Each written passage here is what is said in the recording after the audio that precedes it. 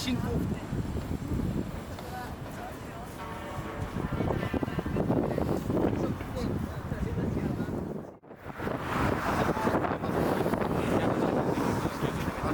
上からビールになってくる。上にやっぱり何が見えるか。ワール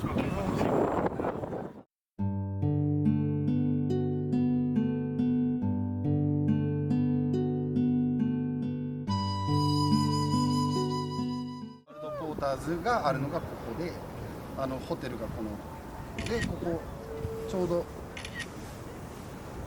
なんか島みたいになってて、こう通る汽車道っていうのがバスですね。今僕らはこっちの弁天橋の手前の中通りのとこ通ってこうぐーっと来て、このバンコク橋を通ってここに入ってくる。引っ張られる。海の人間だから魚屋だから舘ひろしもあれ名古屋に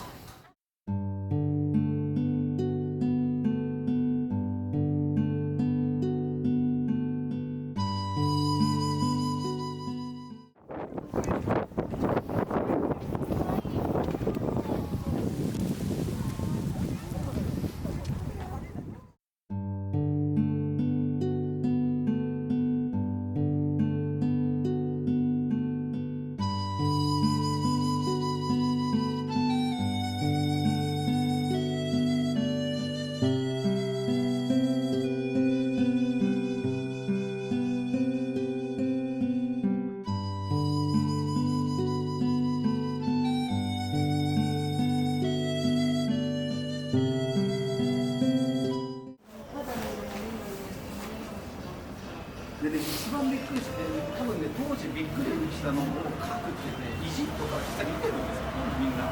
何がびっくりしたか。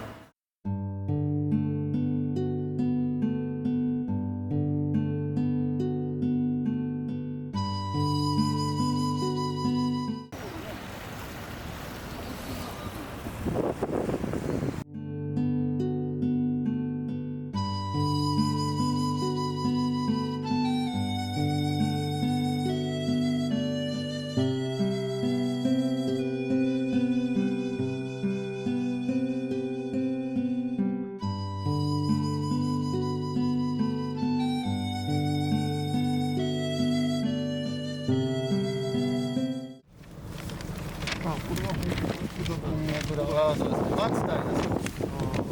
松平さんって親戚ですかね。